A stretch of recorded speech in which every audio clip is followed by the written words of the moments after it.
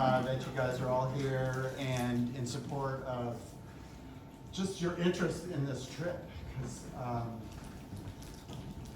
Because this was just a kind of a lifetime dream for me to want to take a young group to Zimbabwe. Maybe I should introduce myself for the few that don't know me. I'm Gary Spalter. I'm the executive director for Kutsinhira and the director for the Chapwititi group. Like I said, I've been wanting to take a group to Zimbabwe for quite a few years. And in 2019, the Chapwititi group here thought that was a great idea. So we actually started to look to do that in 2019, to go in 2020. Yeah. We all know what happened then. Right, so I don't even have to tell you. So everything got put on hold. These guys were seniors in high school, I think, at that time.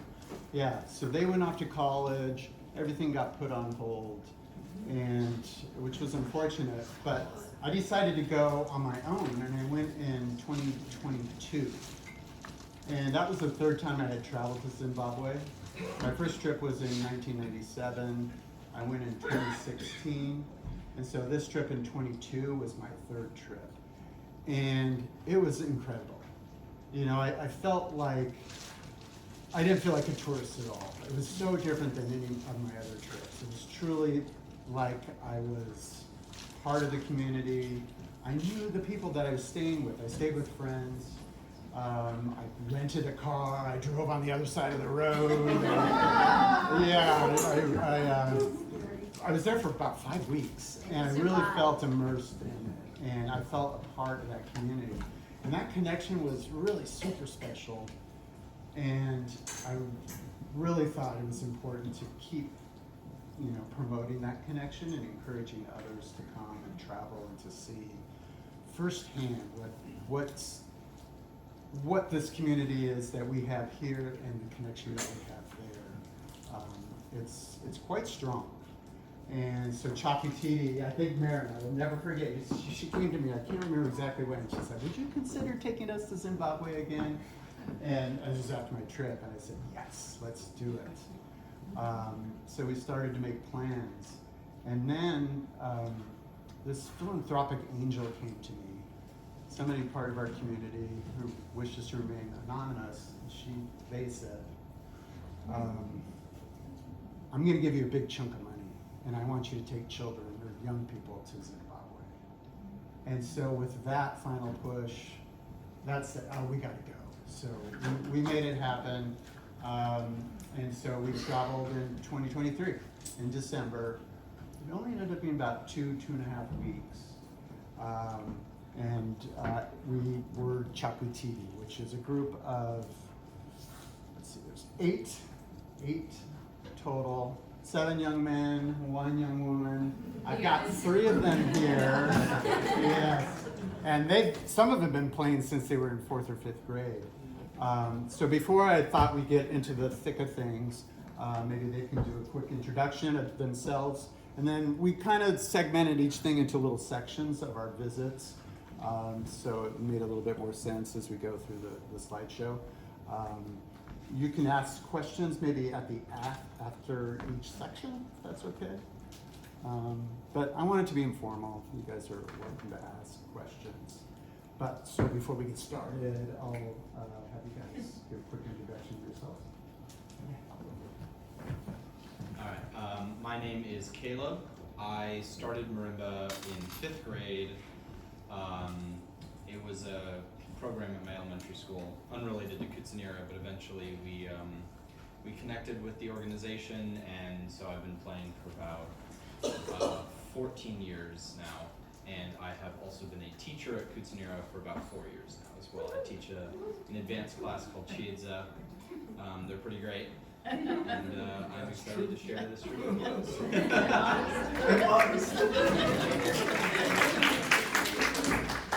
Hi guys, my name's Marin. I've been playing since I think 3rd or 4th grade. My mom and brother both played with Giant Beck in Corvallis, and I started playing in my local elementary school group, as I think a lot of kids here do. And then I think, was it the Muchler Aldeans that told us about Kutsinhira? And I think I started playing here. Yeah, in fourth grade. Third grade. Thanks, Mom. Yeah, so thanks to my mom and Sam and Manya's mom for spending so many hours driving us to Kutsinhira.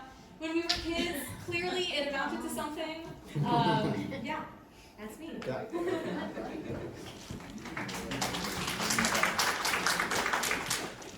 I'm Felix. I started playing marimba in elementary school, and when I left elementary school, my marimba teacher recommended Kutsinhira, and I joined then. Going strong since then. Yeah.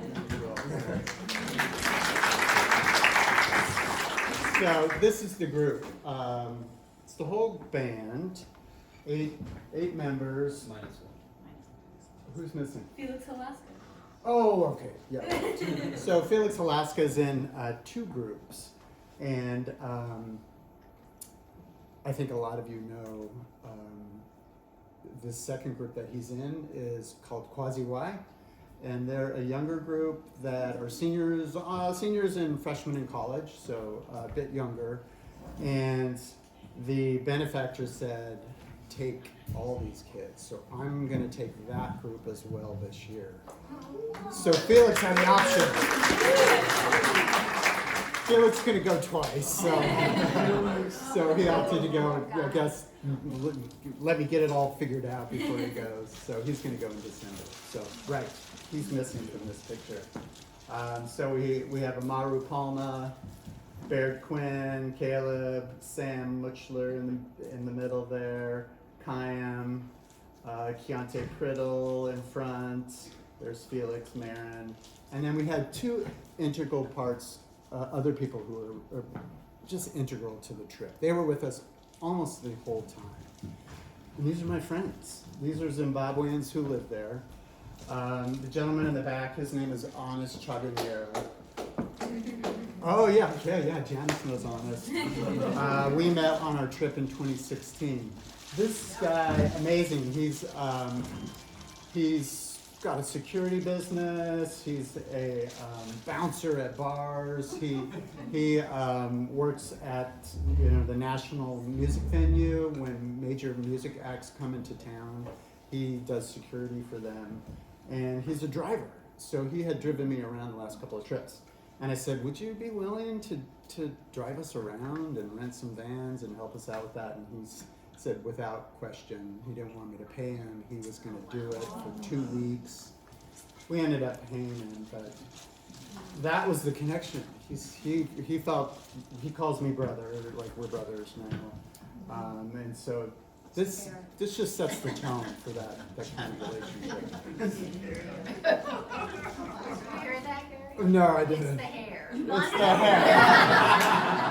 Or the Sure. black hair out. All right. Brothers from other mothers. Yeah.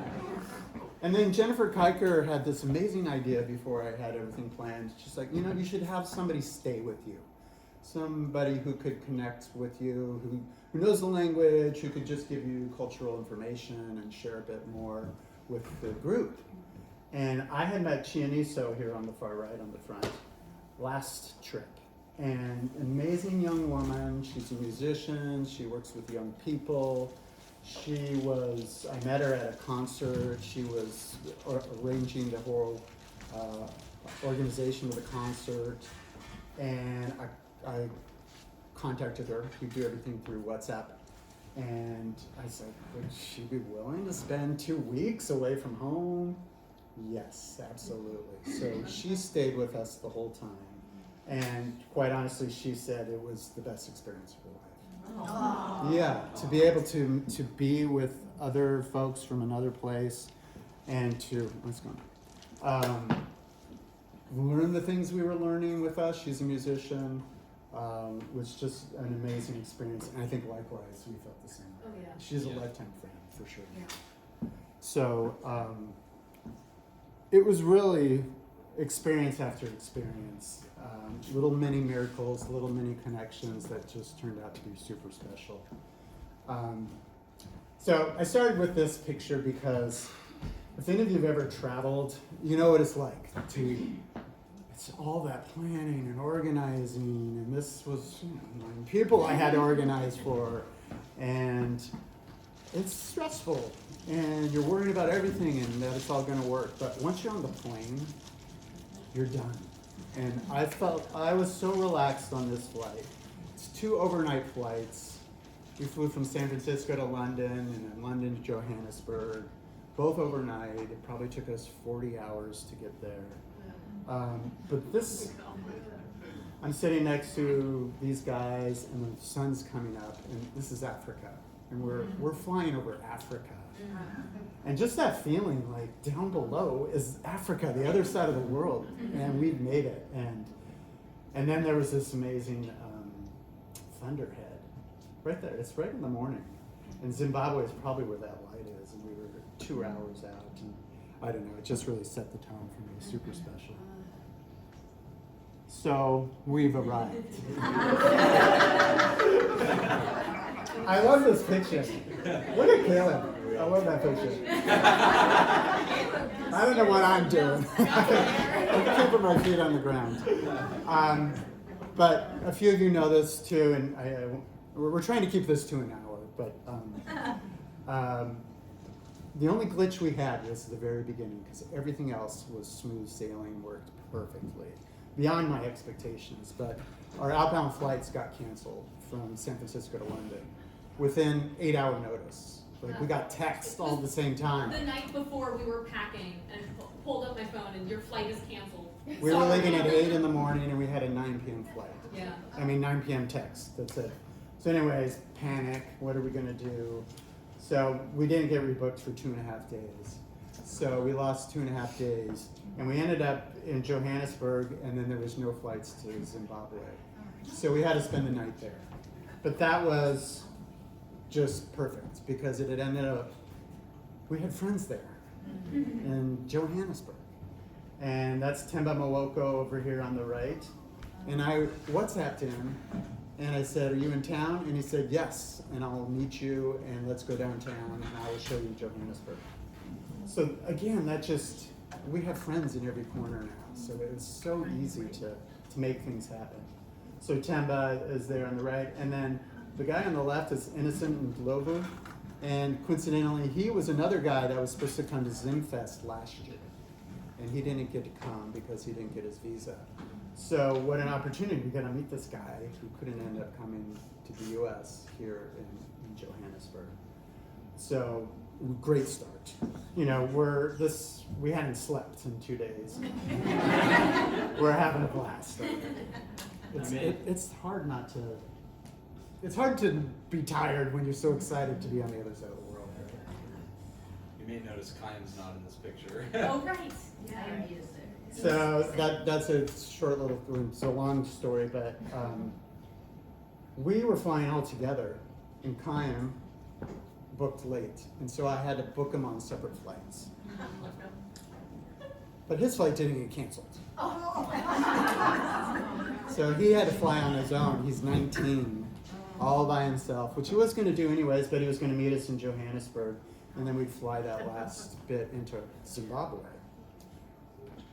He ended up doing it all by himself, and he missed his flight in Johannesburg to Harare. So here he is in this country, not knowing anybody. We WhatsApped. His mom found him an Uber. He had to fly to Durban to spend the night so that he could get into Zimbabwe, and it all came together. Again, these things just happened. Little glitches, but it's amazing how things come together, especially when you have a huge community to help you out. So, as I mentioned, this is Honest and his family and 2 of his kids. Just a shout out to this guy. His job is at night, security at bars. So he'd spend the whole day with us, schlepping us around, hauling us in the van, and then he'd go work from 11 to 3 in the morning. And then he'd pick us up at 7 in the morning, 8 in the morning. And he did it for 2 weeks. Wow. Super great heart. And it was incredible that he was willing to do that. So. And then Chianiso was just amazing and super fun to hang out with. So how did we get around? We got around with vans, passenger vans. So we rented 2 vans. We rented this passenger van that could up to 15. We actually had at one point, how many? 22. 22. So we were with a bunch of Zimbabweans and they didn't have transportation, so we all piled in, which is typical. This is how they get around. There's no public transport other than these private combi vans. So this was ours, but people do that to earn a living and then to get around town, the people have to hire these combi vans. So we got around this way. And in the front here is 2 other friends who met us at the airport. So this is Bueller Jr. Many of you know Ambuya Bueller Gioko, and that's her grandchild and her namesake Bueller. And then Israel Makombe, who I had met last year, who's a musician and played in Ambuya's band. And both of those folks and the whole family are trying to keep Ambuya's music alive. I'll share more about that later. So, okay, we had some junk food, but it wasn't all junk food. So we actually ended up having meals, breakfast and dinner cooked for us at an Airbnb that we stayed at in Harare, the capital city. We were there for a week, and so we had to fend for ourselves during lunch. Boo-hoo. And one other way we had meals during lunchtime was this ongoing joke, and I'm sure these guys could talk more about it. But they have fast food. They have chicken in, and pizza in, and burger in, and creamy in, and bakers in. These changed, and they're actually really good. They're really good. So every town had it, you know. So your image of Africa is a little bit, I don't know, but they have fast food, and it's inexpensive. What is that, progress, Gary? Yeah. True. And we had to go to the creamy inn, so we had to hit them all. So we hit the creamy inn. And then they're teenagers, so they're on their phones a lot. This is Amaru and Kayam. I just love the pizza. Just waiting for the pizza. So we had a really nice place in Harare. So this is the backyard. It was huge. It fit. We had 6 bedrooms. We only had to share with one person. There's staff there who did the cooking for us. Beautiful grounds. Had a swimming pool. $330 a night. Wow. That's cheap. For 10 of us. For Jen, $33 a night. I think that was pretty dang good. Really great. Yeah. You can see one of the combis over there, one of our vans there. Just a little side. It's California, So beautiful.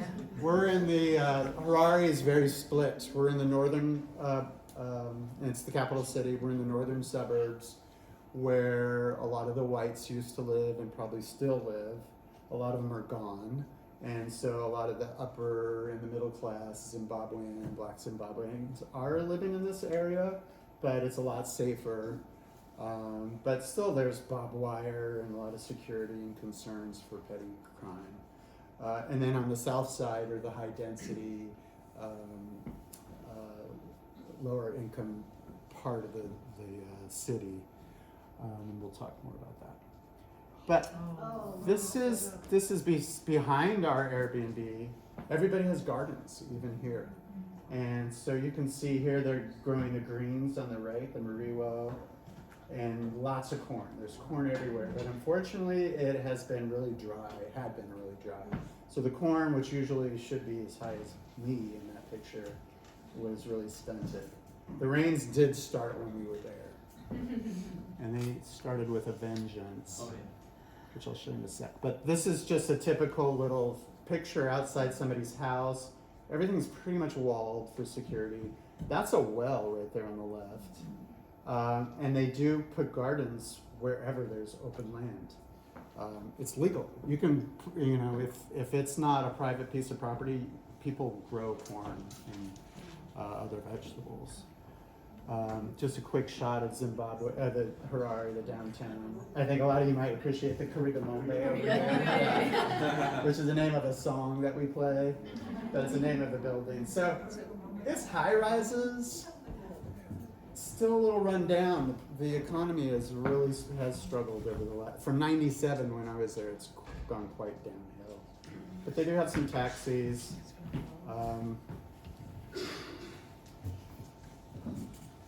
Pretty run down in certain spots. This is outside the National Art Gallery. So as you can see, that some of the streets aren't even paved.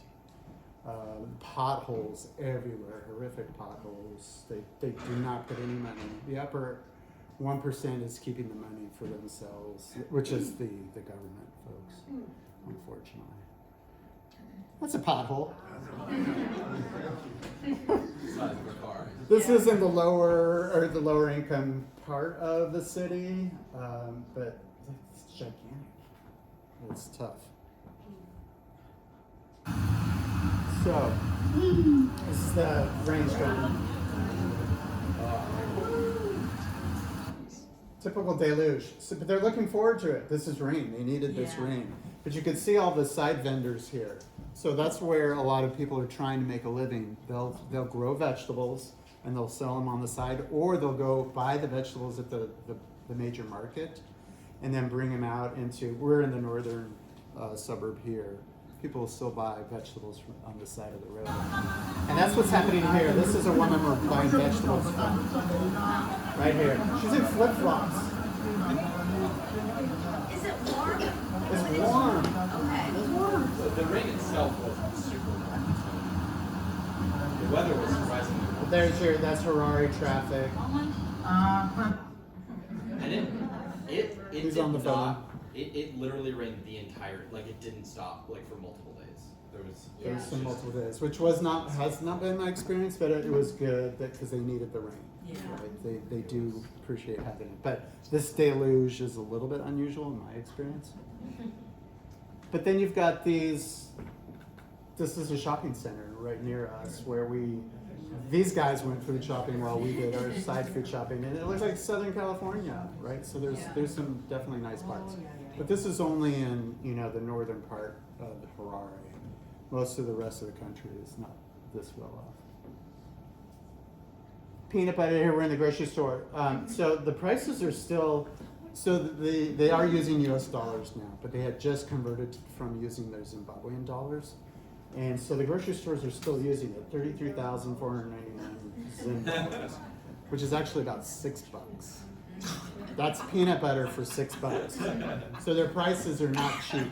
So it's a challenge for everybody, even people with some money. $6 for peanut butter, but they have lots of sugary sweet sodas.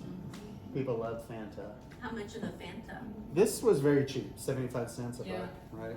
Yeah, the soda was really cheap. The junk food is cheap. Soda, like, Yeah. there's Coca-Cola bottles. Corn syrup sweetened? Yeah.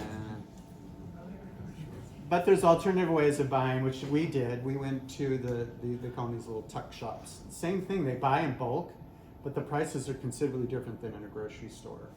And, they're kind of, what's a white guy doing here? I mean, Yeah. the community is it's still integrated. There's a lot of whites still there, but they wouldn't shop at this shop. But they're super friendly. It's not intimidating. It's very accommodating. They were happy to have us shop there. And then the other way you can buy food side of the road. This is out in the rural area. I think those are some papayas and lemons. Really good vegetables and fruits. Some milk. They might have cows selling some of the milk locally. Or you can buy prepared food on the side of the road. This guy is cooking corn called chibage.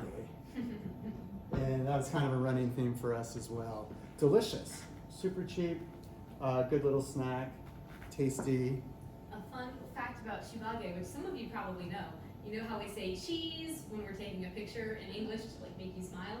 They say chibage, which means corn. Oh, I did that. That's not a thing they do.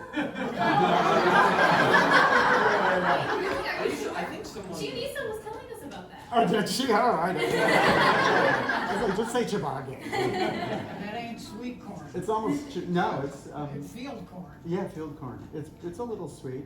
Yeah, it's delicious. It's delicious. It's really good. So, and then the other thing before we set off on our trip, and then we'll share more about the organizations we visited. We bought marimbas from Jacob Maffalini and Abel Maffalini. So they built a set of marimbas for us. And the intention, you know, right, we wanted to perform. How are we going to perform? We had marimbas built for us, and then we donated them to a community there. We donated them to the Ubuntu community, which you'll hear more about. So, you know, different metal frames, but the same setup. You know, funny bass, see how the resonators. How did the resonators sound with that angle to them? Yeah, it's a different sound. You guys can It's speak to that. different, but I mean, they still sounded great. You know, it wasn't like it sounded very clean still, and you know, pretty similar to The ours. bass and baritone mallets were the heaviest mallets Oh, that I've ever played with. I don't know about you guys. Yeah, It was a good arm workout while we were there. yeah, for sure.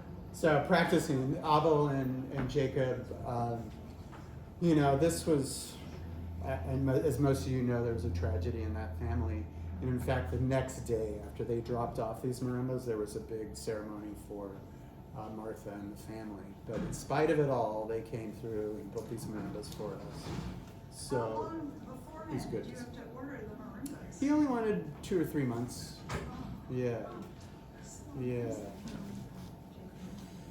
So practice, and then practicing in our little shed.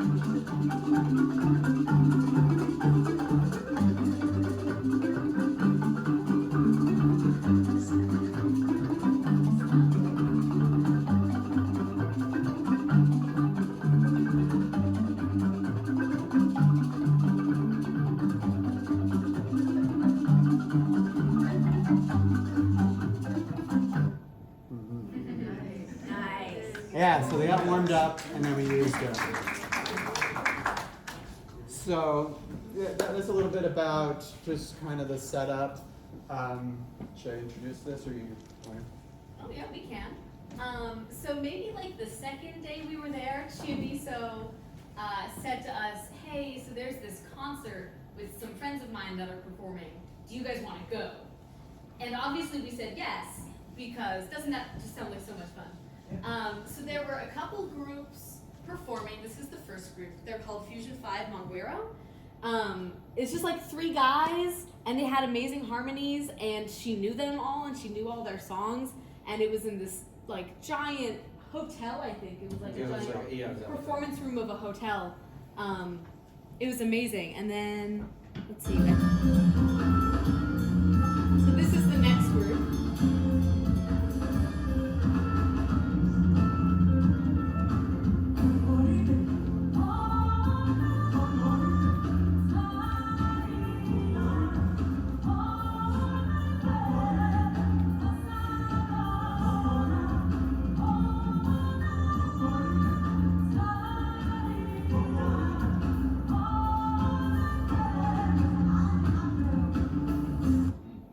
Yeah, so Did you hear what she just said? So she said "Ande Abel." So yeah, if this anyone is- recognizes that guy right That's there. Abel Maffalini. That's Abel. Wow. So that's Mary Annabelle. She's one of Chianiso's friends. And they play together, and I don't know if we knew that before coming to the concert. I was not expecting that. Yeah. So she was amazing, and she played with him. We got to meet her afterwards. Oh, okay, that's another group. So yeah, they played. They were amazing. And you know, watching people come in and people dancing in the middle. And then this next video we have is the very final group of the night. We didn't get any videos of the third group, which was Victor Kunonga. He's a big pop musician in Zimbabwe, and Mary plays with him. So all these musicians all know each other. And because we knew Chi, we got to meet a bunch of them, which was so cool. So this next video is like the final act of the night. They're called Makumba. They're from Victoria Falls, but they do a lot of touring. So they play here and they play in Europe. It's actually very rare to see them play in Zimbabwe. So the fact that we were there when they were there is amazing. All So came here's, together. It was yeah. so good.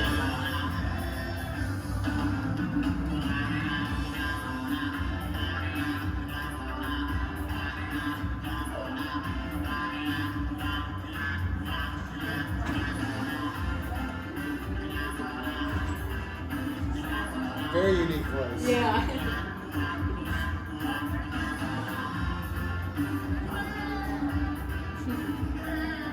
So you can see everyone dancing, like out of their seats.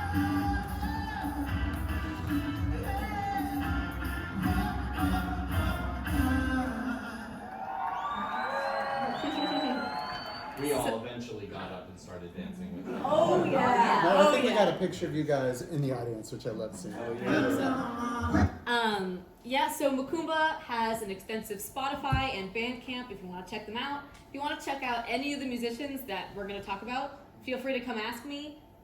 They're all amazing, all worth checking out. They do I would this- just say these are probably top bands for the country. Like, Yes, these- all yes. really famous. They Yeah. are on their radio. Like Mary Annabelle is like top 5 streaming right now. And Wow. we're meeting them. Yeah. How cool is this? It's Yeah. like mind blowing. Makumba had a #1 hit in the country last year. as Yep. well. Mhm. So it was Super really cool. They played at Zimfest. They probably a lot of people here saw them at Zimfest. Yeah. What year was that? Huh? Does anyone know what year that was? So many It was so many years. Yeah. Yeah, they're incredible. That's young. Yeah, let's hear them. This is their harmony, which is.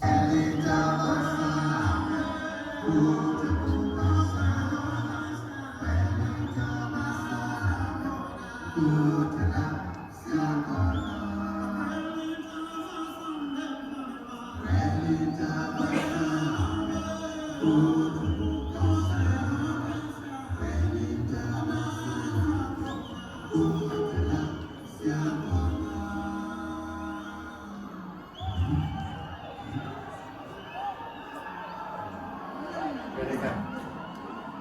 Here's the guys.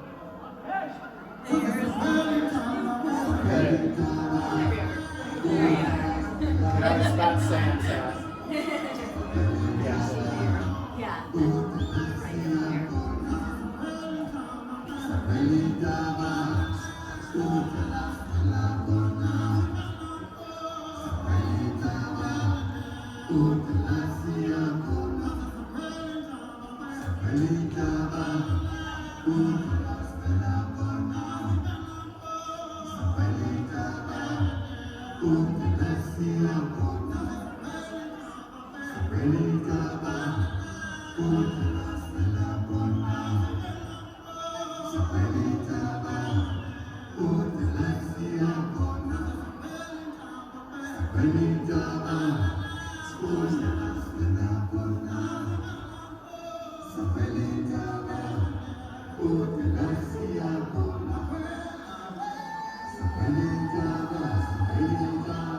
Giant room. Tons of people. Everyone standing. Yeah. Beautiful harmony. Yeah.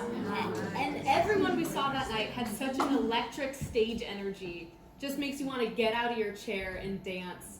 And like, probably you guys feel the same way, like such an inspiration for our own musicianship. Yeah. Oh, absolutely. Like, Yeah. It's incredible how they all put like 110%. I know. But they make it look really effortless. Oh, and totally. natural. Yeah. Something I gained a really deep, like a much deeper appreciation for like Zimbabwean pop music after Totally. like going to this concert.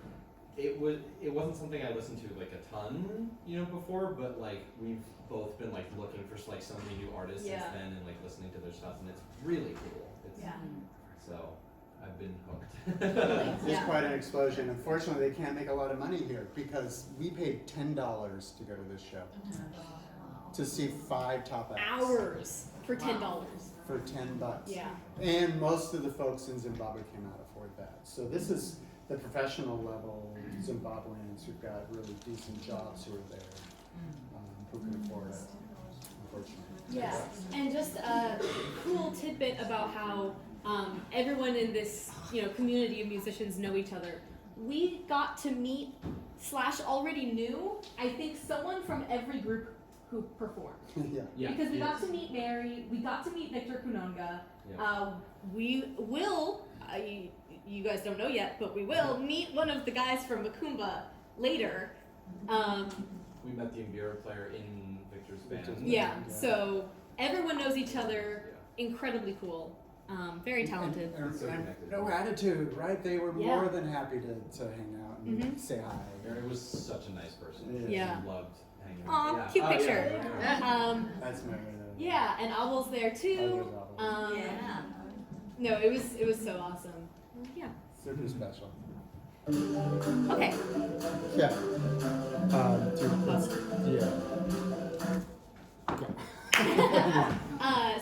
Yeah, will you introduce Tarira?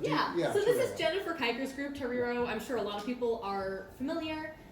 It's this really awesome program she set up, I think to originally help educate young women and help kind of deter prevalence of HIV and AIDS through education. And it has grown into this really awesome music program as well. So I think, is it once per weekend? They practice for like hours. Saturdays. Saturdays, they'll like spend their whole day here practicing, learning singing and dancing and marimba and drumming, and it's really amazing. And they're, I think, ages like 13 to 18 maybe? There's some college kids. Yeah. Actually, yeah. Mm-hmm. Yeah, they're all incredibly talented. So we got to go visit them. They're located in the southern half of Harare, so more of the higher density area. Took us maybe an hour to get out there. Yeah, so Who they, teaches them? sorry? Who teaches them? This named Dan Kusaya. Oh, not Dan Kusaya. Dinacio, right? I hope there's a picture of him. Yeah. Super talented. He's really made these girls quite a performing group, especially their dancing, which was sick. Yeah. So they played a little for us, and they danced a little, and then we played a little for them. The other cool thing is they're playing stuff we know, and Yeah. the way we play it.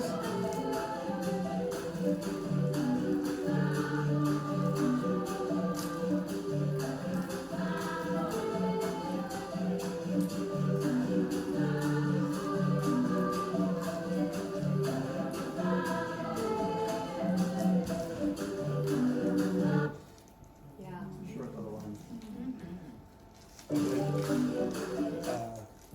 Oh, that's a nice picture.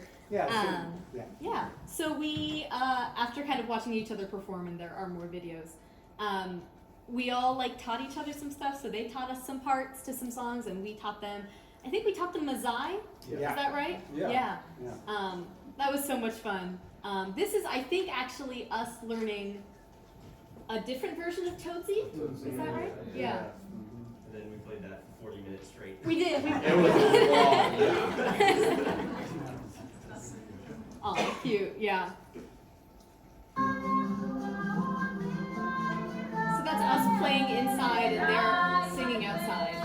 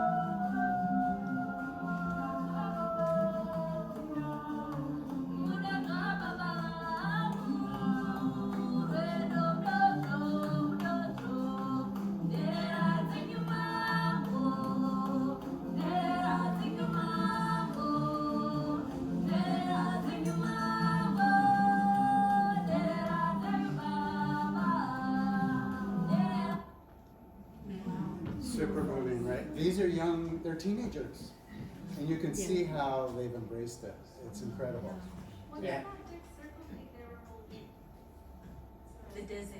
It is. Okay, so some folks who don't know, so that's the instrument.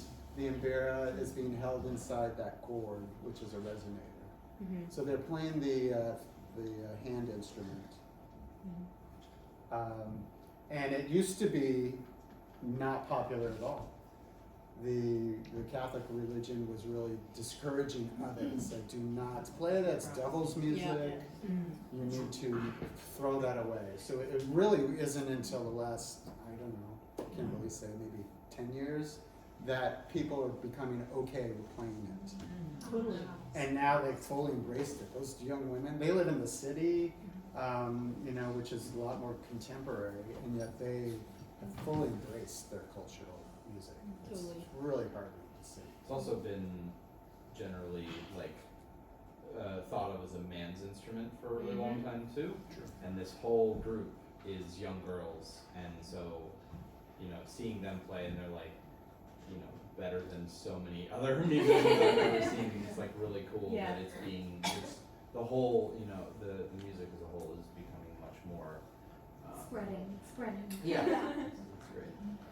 Yeah, they're amazing, incredibly talented, and like some of them were really young. It was they're awesome. Oh yeah.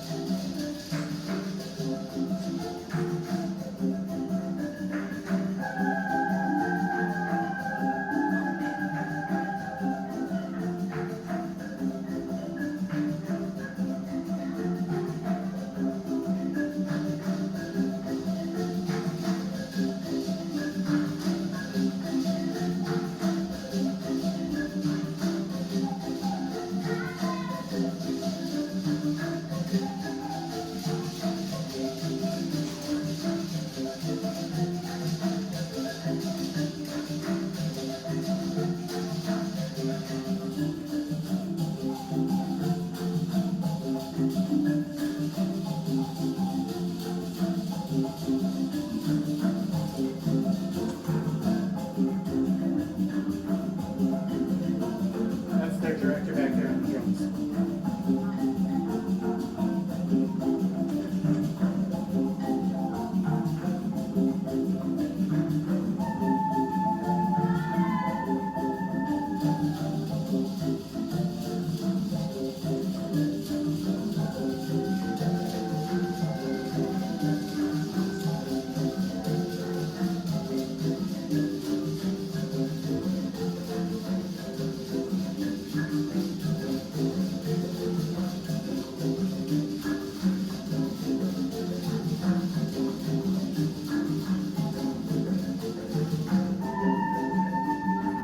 Amazing, right? Did you guys recognize the song? Yeah. Yeah. You pass. Yep. Good job. Yeah, they were so cool. So cool. The goofiest ladies you'll ever meet. Yeah, they're young women. Right? Yeah. They're teenagers. So there they are. Being goofy. Yeah. They were awesome. I see they got some bumper stickers. You got some stickers. Yeah. We like to call it swag. Gary? Swag. Okay, great. So, Should we ask for questions? yeah, questions? Oh, yeah, People have been asking, but great. Well, we'll keep going.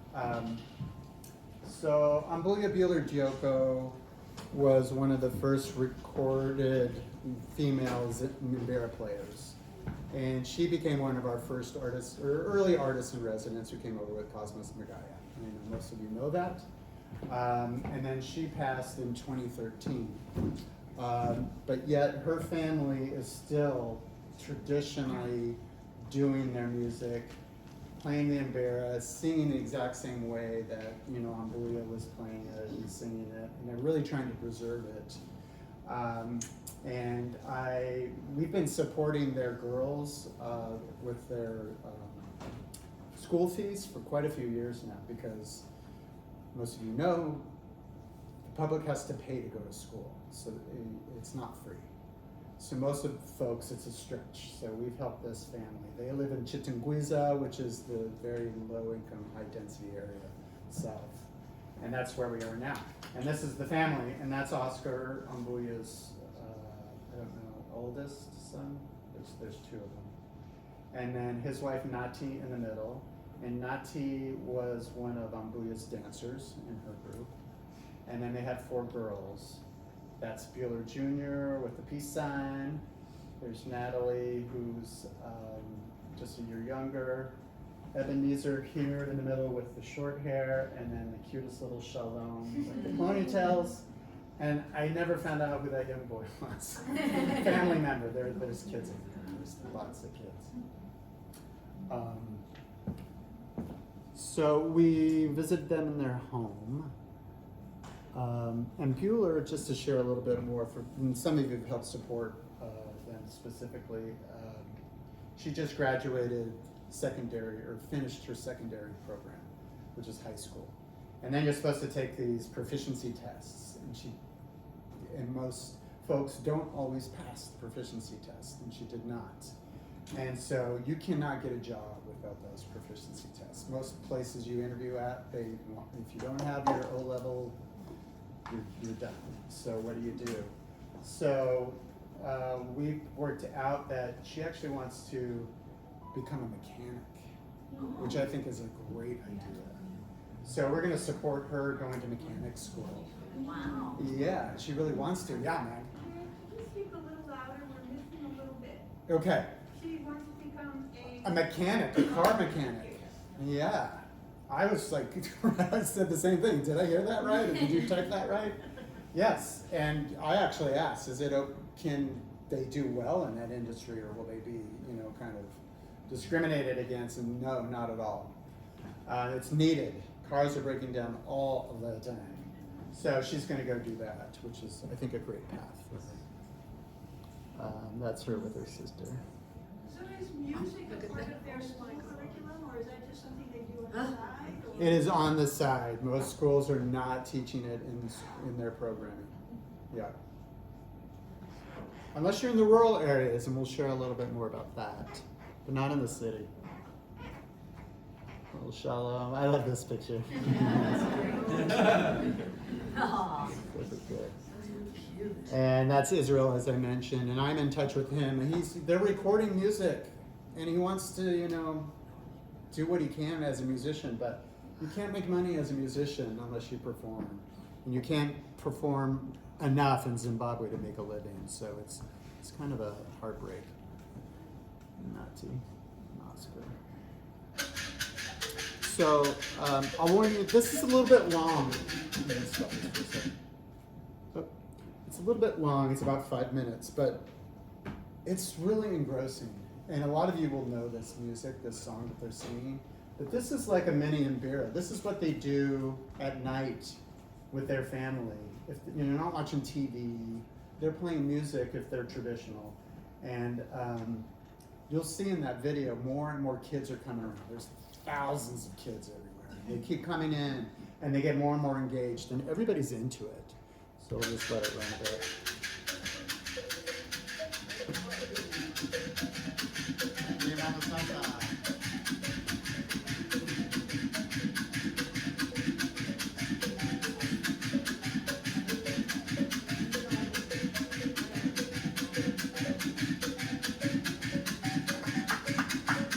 We're outside their house. This is their compound.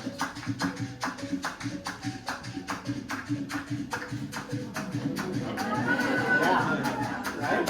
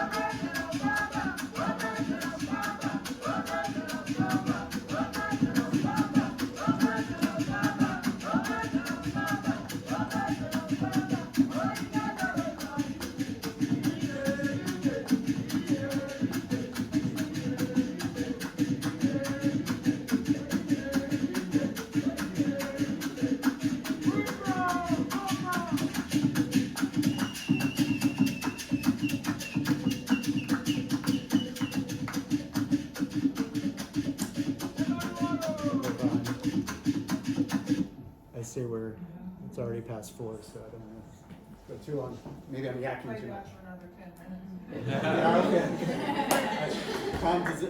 The first time I visited them, and I sat in this room, which is their house. That's their kitchen in the back there. And then there's just a few seats around. This is their main living area, this tiny space. They all crammed in. But when I went there, we sat in there for about an hour and they played Dawn Day. They played, all the songs. I was actually moved to tears. It's like they're really continuing this music, and to be a part of it and to be, engrossed into it was just really moving for me. So here we're piled into their house. And another way they make a little living is selling food to the neighborhood kids or anybody. And this is baobab fruit. And they're making baobab ice cream pops out of it. And they were delicious. Super tasty. That was definitely a nice little highlight. Who has baobab fruit? Yeah. And then just, there's kids everywhere, and they're so friendly, and they want to be a part of it, the scene. And you can see this is still at their place. There's commercial stuff right next door to them.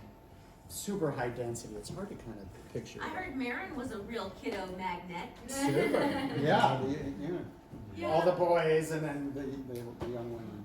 Although I think everyone thought it was interesting how tall we are. Like Americans are tall, Yeah. and especially our group. I think most of us are over 6 feet. So people were like, "Oh, you guys are so tall." Yeah. And I think the other thing was the long hair on the boys. Oh yeah. That was of interest to them for sure. Yeah. Unusual, although they wear dreadlocks, so I don't know why that's.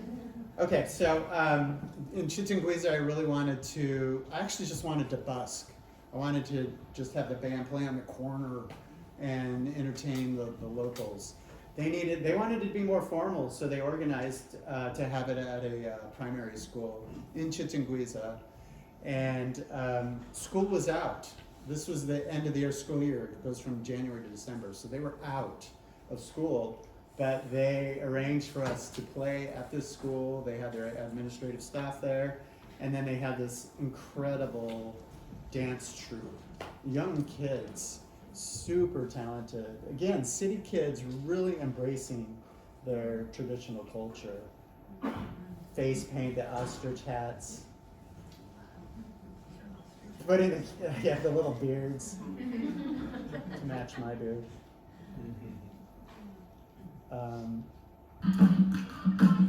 Traditional drumming, and then traditional dance.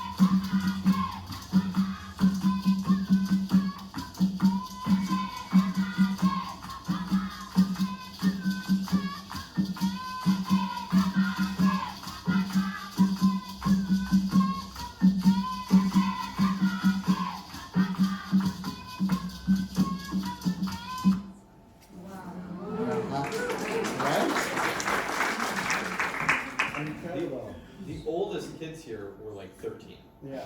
Like everyone was, it was amazing how talented they all were.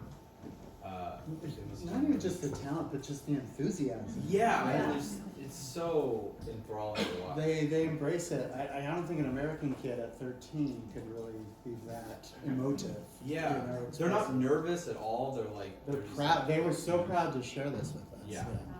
Yeah, really cool. And classic, right? They all have phones. I mean, they all communicate with WhatsApp, just like our kids. Love selfies. Love Yeah. selfies. That's a classic picture. Love that. Super friendly. Yeah. Yeah.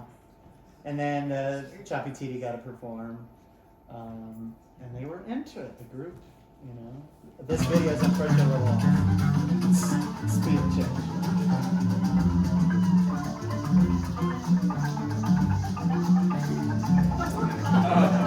Little glitch.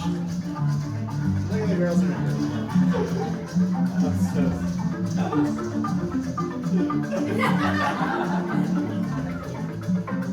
How did you do that, Gary?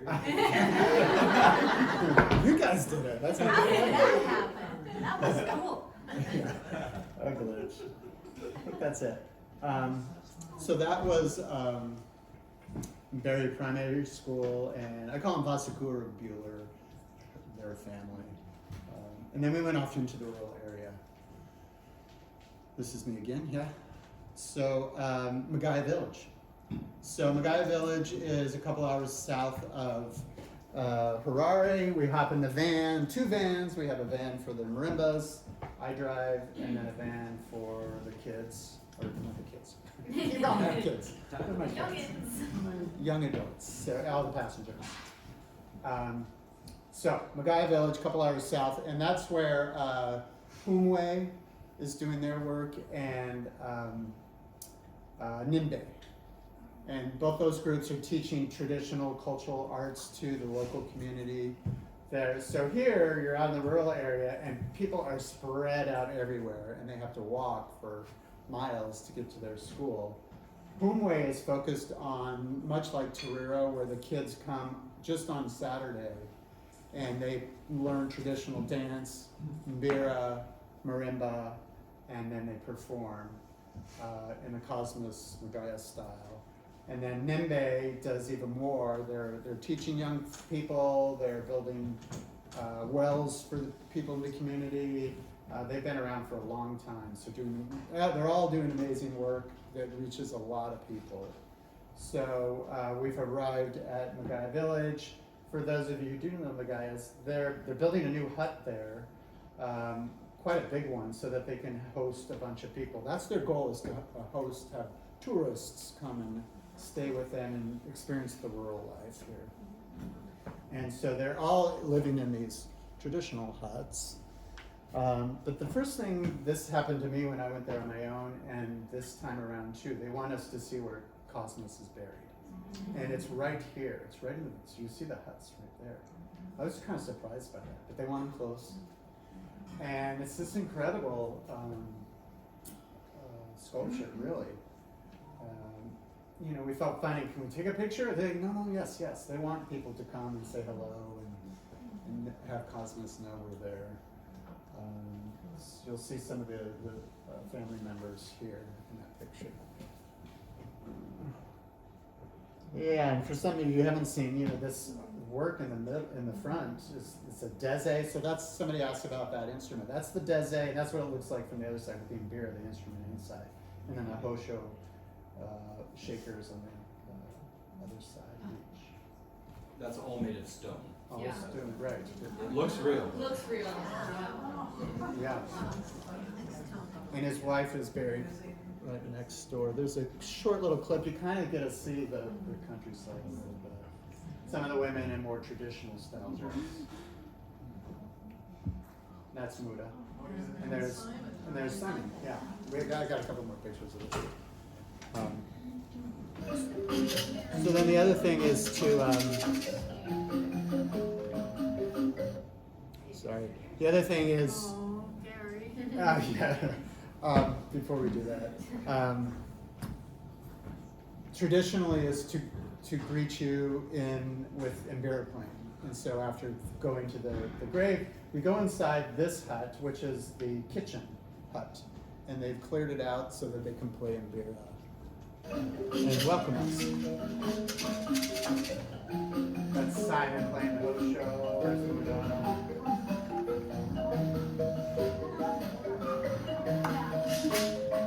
You see the traditional pots and plates. And then all the women sitting on the floor. And the man sitting.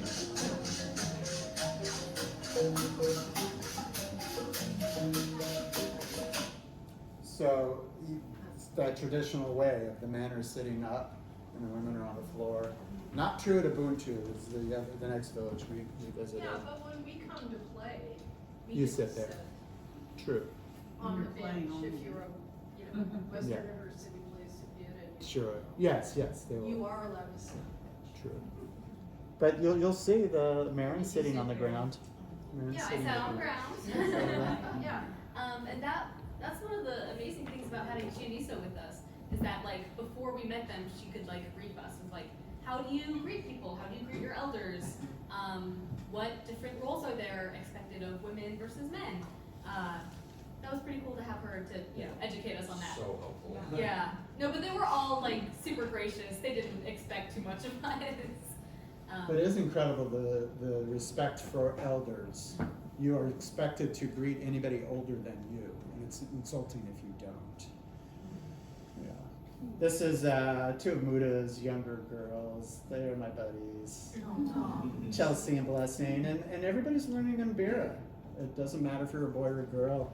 We're sitting outside. It's a great little deck on the outside of most of the huts where you can sit. It's very. Caleb took some great portraits. So they have Mombe, they have their cows. They have them for meat, and do they do it for milk? Or is it just milk? I think it's just me. Just meat, yeah. And then of course goats and budzi. They're everywhere, even inside. So this is inside of one of the huts. Very clean. I know some of you have been there where there was rats and concern about critters inside, but I think they've fixed that problem and it's very comfortable and clean. Beds, traditional beds. Pit toilets though. That's my son. That was Priante. Yes, it was. That's Chianti, yeah. So these are two of the Humwe boys who are learning the traditional arts and the music. And now we're out playing. So this is the Humwe group showing their stuff.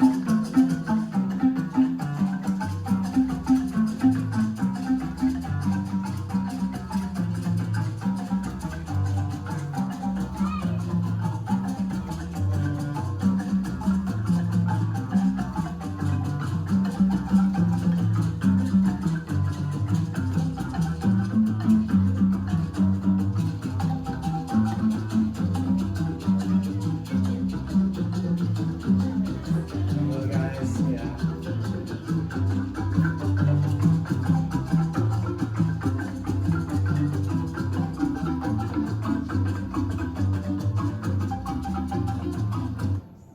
Again, Chemtengore, we know the music. It's just so cool. It's like we're part of it. We're not excluded. And then everybody dances. That's Matilda on the host show. There's Muda.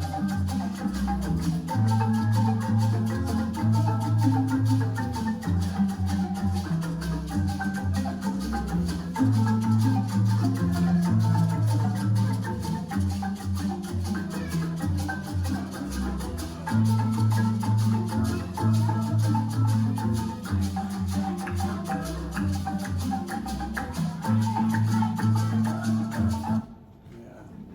Everybody gets involved, and they're not shy about it. So one more little. These dancers are super cute. And the host show, look at the little host show players in the back.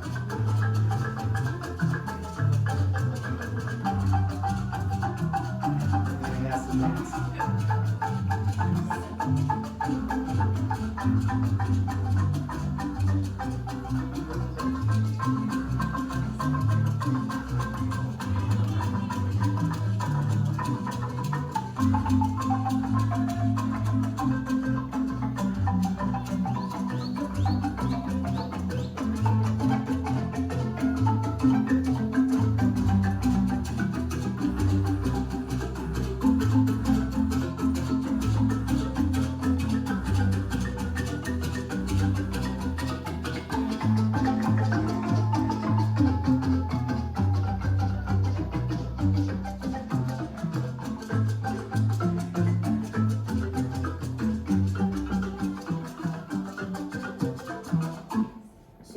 of these kids they only live in the rural areas, and it's clear that the education system's a little bit different because their English is not nearly as good.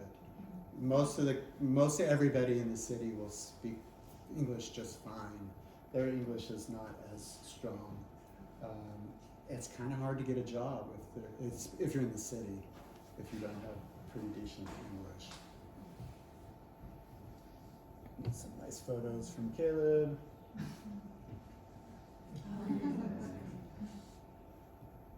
Muda. Wow. Oh, that's from Jennifer. And then you might recognize Sungai. Sunga. So we met Sungai this last summer. She came to the U.S. for the first time and never met her before. And then she lives in London. And then flying through London, I WhatsApped her and said, hey, how's it going? She's like, cool, I'm going to be in Zimbabwe. I was like, okay, maybe we'll see you. Yeah. She shows up. We didn't even know she was coming to the village, so she stayed in the village with us too. Nice. Yeah. Again, things just coming together. So you stayed in the village? We stayed in the village 2 nights. We were in the huts for 2 nights. Group photo. Caleb, you look short behind him. There's Oh Caleb. yeah, I'm like taking through. Yeah. And then this, you can kind of, I want to stop this. Let's stop this.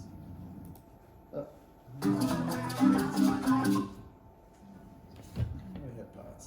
Space bar. Okay, so this is a nice good pan of the village. So rains came, so we had to move all the marimbas inside. They're under this little hut behind me. So you can see abandoned, those are outhouses, so there's pit toilets. There's no running water, and there's no electricity in here. Although the power lines are right there, Yeah. but they just can't afford to bring the power to them. You can see the paddock on the left where the cows are, and then keep going. This pile is thatching, that's grass thatching that's gonna go on the structure to the left or to the right that's being constructed. And then the big, Solar panel? yes, so the solar panel is for their pump, their water pump. So the water pump's right there instead of having to do the old school. Now everybody's pretty much going this route where you don't have to pump. And then that big green tank you'll see everywhere, and that's water.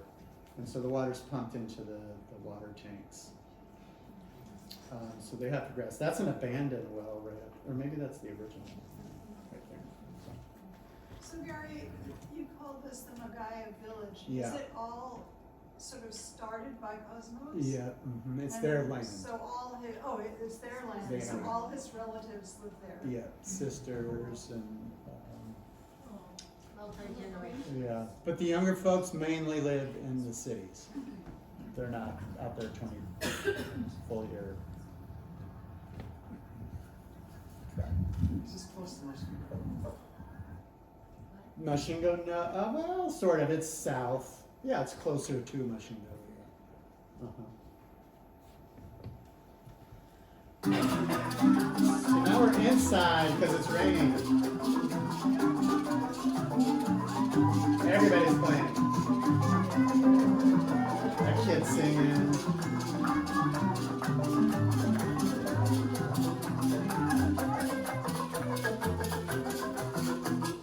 Yeah, everybody was getting into it. It's like, how would you not? We played for hours. Yeah. It was so fun. Definitely a highlight. Yeah. Then the kids had to go home. Most of them don't live close by, so they have to get rides home, waiting out the rain, getting some snacks. And then at night they did a little mbira. So traditionally mbiras are held at night, overnight, and in the hut, the kitchen hut, you can see some of the plates and those big black pots you saw in the last one. That's where they brewed the traditional beer. And then all the mbira players. So he actually hired mbira players to come and play for us. One of them is Alois Mutinieri, if somebody would know him. Yeah.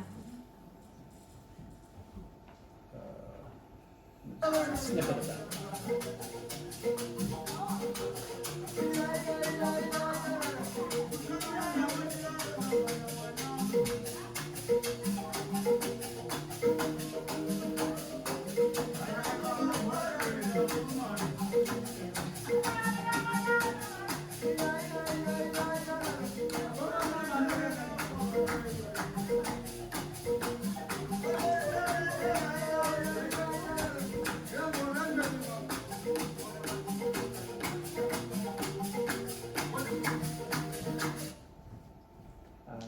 hanging out under the Mboma, playing Mbira, more of Muda's kids. That's Cosmos Jr. in the red pants.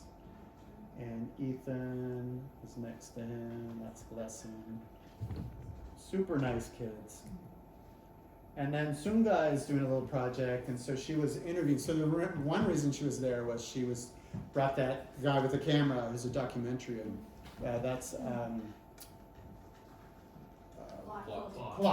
Flat Mahoko, who's got a really great website or blog. And so she's interviewing Muda and interviewing me, and Plot's doing a little video of that. And then we're off to Ubuntu, which is another village where Moyo Rhinos Mutamba has his village. And that's these guys. Take it over. I'll take your seat.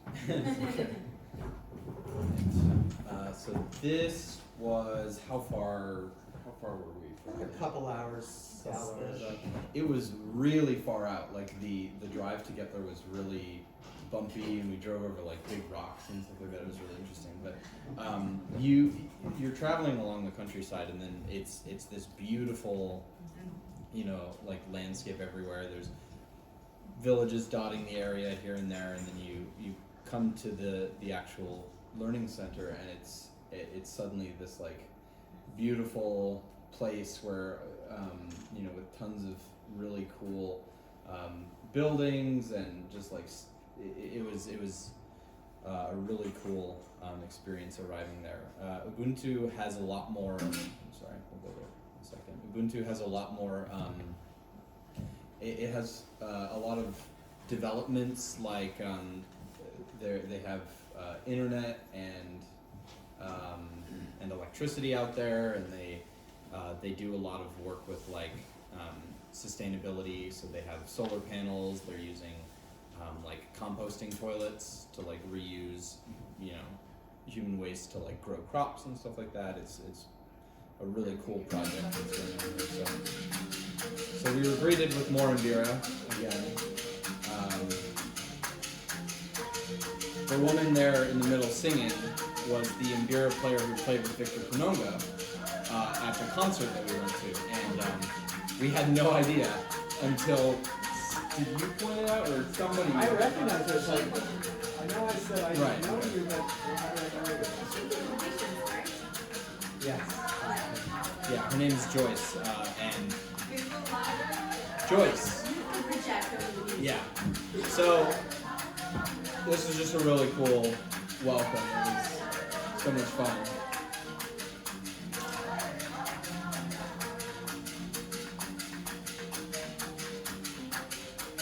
How many years have the women been more comfortable taking part in these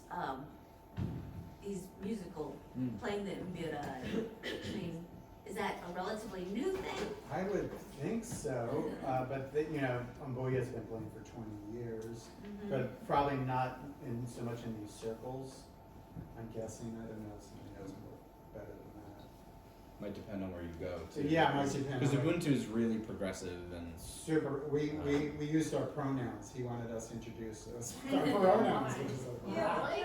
Tell Yeah. about Ubuntu and Moyo, because somebody was asking just who funds Ubuntu. Yeah, so Moyo is like, the overseer director, He's in the I guess, black of the whole. hat, yeah. Yeah, in the black hat there. He lives in Canada, but he comes here like twice a year or something like that, I think, to go through and check on things, and our journeys happened to coincide, which is really perfect. Nice. So it's Ubuntu is set up as a learning center. It's like a school that is free for all of the people in the surrounding area. So they travel here and they learn, all of the normal core subjects that you would learn in school, but they also teach lots of additional things that you wouldn't really learn in school. Like they teach agriculture and sustainability. They teach like finances and how to manage your money, and it's really a diverse range of things that really help people learn to become adults rather than just like pass a test. And of course, they learn music. They have a really cool Mbira program, and we got to learn a lot of Mbira and dance there. And so we donated the set of marimbas that Jacob built to here because they didn't have a set. And Moyo was really excited about that because it's another facet of music that they get to learn. Later, I think there's a clip of some of the students playing Mbira for us, and they're really good. Yeah. Is there a limit to the number of people that can come in, and what's that, do they have to like apply, or do you know? Oh, that's a good There question. is a limit, there is a limit, yeah. Yeah, there was like 50-ish, I think. I think it was 59. 59, yeah. And is it K through 8 or? Currently it's K through 4, I believe, but Moyo plans to eventually take it all the way up to like university level. Wow. He wants to, one of the big projects he's working on is once the internet is running throughout the village, purchasing computers so people can access like online resources at the, and learn whatever they want. And this is all funded philanthropically? They don't have any, Yeah, so any source of income? they have some organizations funding them, like sending in, donations and things like that, but Moyo's currently working on Making it a charity. He was making it working a with- charity so that more donations can come in and help fund the various. But it's not publicly funded there at all. No, the country does not fund it. But Moyo- one was like a professor at a university in Toronto, isn't that right? Yes. Yeah. Yep. And they've been funded by Kutsinhira's ECDP as well. Yeah, absolutely. I personally walked away from this wanting, like, this for me was like the thing I wanted to help. Like, personally, I felt so like connected to this learning center and all of the work that Moya is doing here that I was like, this feels like something that's really important and needs to be, needs funding and to continue. It was really cool. So we learned some Mbira from Joyce, and most of the people in this picture have never played Mbira before, so they were learning for like the first time, which was really cool. And we learned, we also learned singing and drumming and dancing, and you went and learned dancing, right, with Felix. It was Yeah. us and Bear. Yeah, and it was really cool to like we all came back together and we played. We learned a song, and then we all started doing. You guys were dancing, and we were playing the drums and doing the singing, and it was a really fun experience. Joyce is a really wonderful person. She was so kind, and she was a great teacher. So it was really great to get to know her. So is So it did you good? buy your Mbiras in kind of? No, they actually have a bunch of Mbiras there, which they use for. Repeat the question. Hmm? Repeat the question. Oh, so we didn't buy our Mbiras there. They have a bunch at the learning center for teaching the kids, and so those were what we mostly used. A couple of us brought, like me, Gary, and Sam, we all brought Mbiras from the U.S. to there in order to learn as well. So they, of course, have a lot of the same things as like in Magaya Village. They have a kitchen hut, and they have like dedicated areas for the toilets and stuff like that. They use compost toilets here, as I said before. So a lot of the stuff they taught here was about like sustainability and stuff, which was really cool. Here's an example of some of the food that we got. So this was Lunch. lunch. In the bottom right, that's sadza, as a lot of you may recognize. It's a very common, one of the most common things that you eat there. It's like ground up cornmeal, essentially. They also use millet sometimes, and it kind of what's it sort of like? It's like It's oatmeal and yeah. Thick porridge. They actually make Thick- porridge out of it. yeah, If it's yeah. watery, there's porridge in it. Butter. Yeah, and it's really great for like dipping into like sauces and stuff like that. And it's served piping hot, and you burn your fingers as you try Yeah. to eat your salsa. It's really hot. Yeah, we ate all the food out there with our hands, which is traditionally how they eat their food. So there was also some chicken and some greens there. It's made with kovo, which is a green they grow there, and some cabbage, and an orange, which doesn't look very orange, but that is an orange. The washing station where we all washed our own dishes and set them out to dry. There's this building which is currently under development that is where the marimbas are being stored. So we got to bring them all in here and then play. So we did some performing, and it was really great to see everyone like come in, and they were all really excited to like, because a lot of them have never played marimba. None of them have never played marimba, and a lot of them haven't even seen marimbas before. So it was really cool to see the enthusiasm for that.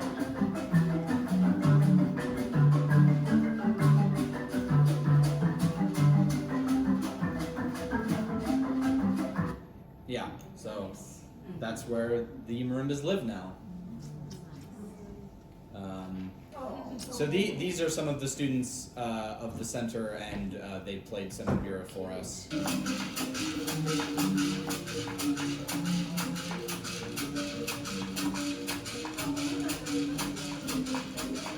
They're probably as little as like 4 or 5. Some of the older ones are like 10, maybe the oldest. Yeah. And they're what? I'm just wondering if you can see Tucky. And like they are so good at mbira, and it was amazing. Like it's so cool that that's integrated into their learning program, so that they can learn it from such a young age. Do they use it as music? They're very now as music? Yeah. I mean, it's part of their whole, cultural like music program. They learn mbira, they learn drumming and dance and singing.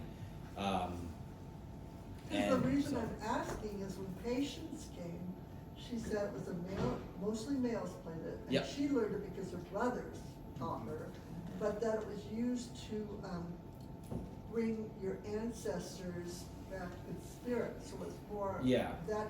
So that's why it was interesting now that it's become both. Yeah, mbira is played a lot in performance now as well. That's become a lot more popular.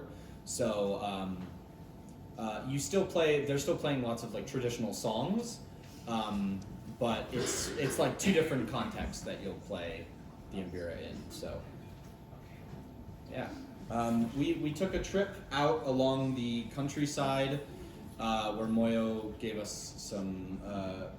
He talked for a while about the village and various aspects of it, and just all the work that he's doing here. We stopped at this tree in particular because it was. Do you remember what it's called? Don't remember that. Miranda probably knows. It's what they make the boards. It's what you make the boards for the mbiras out of.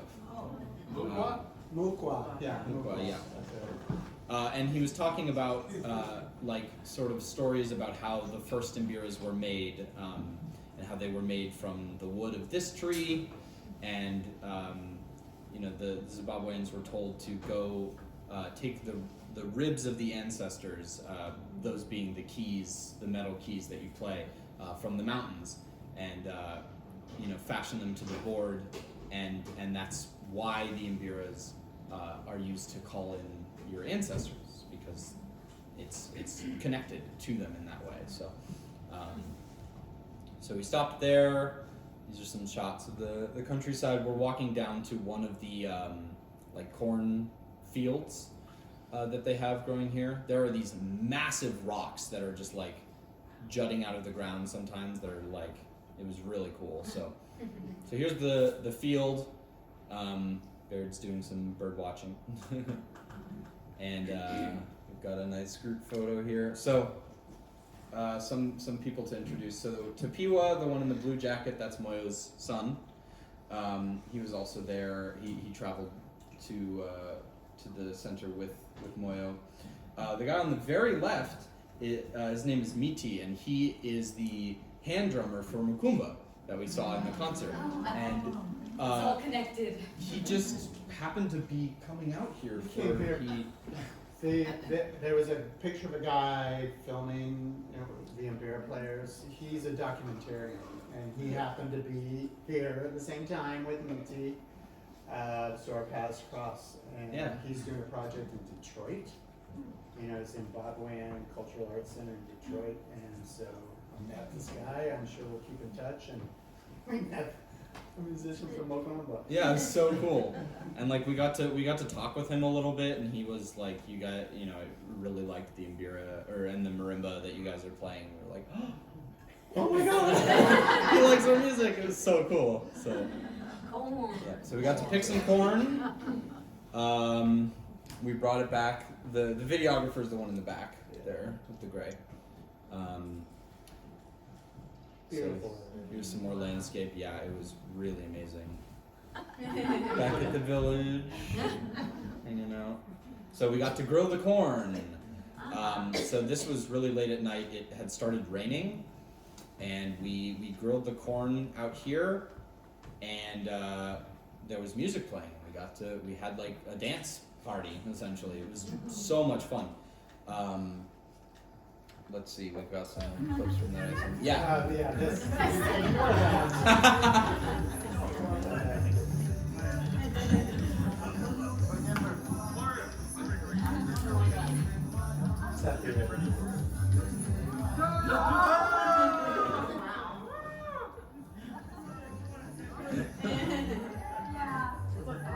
That's cool. It was fun to roast your corn, Well, pick it off. This experience, I think, like really, I remember it really well, and I think I will for a long time. It was just such an interesting, like, mood, like out in the complete dark, with these like lights coming down, and we were all dancing in the rain and eating corn, and it was so cool. It was amazing. Unique, right? Where else were they? Yeah, exactly.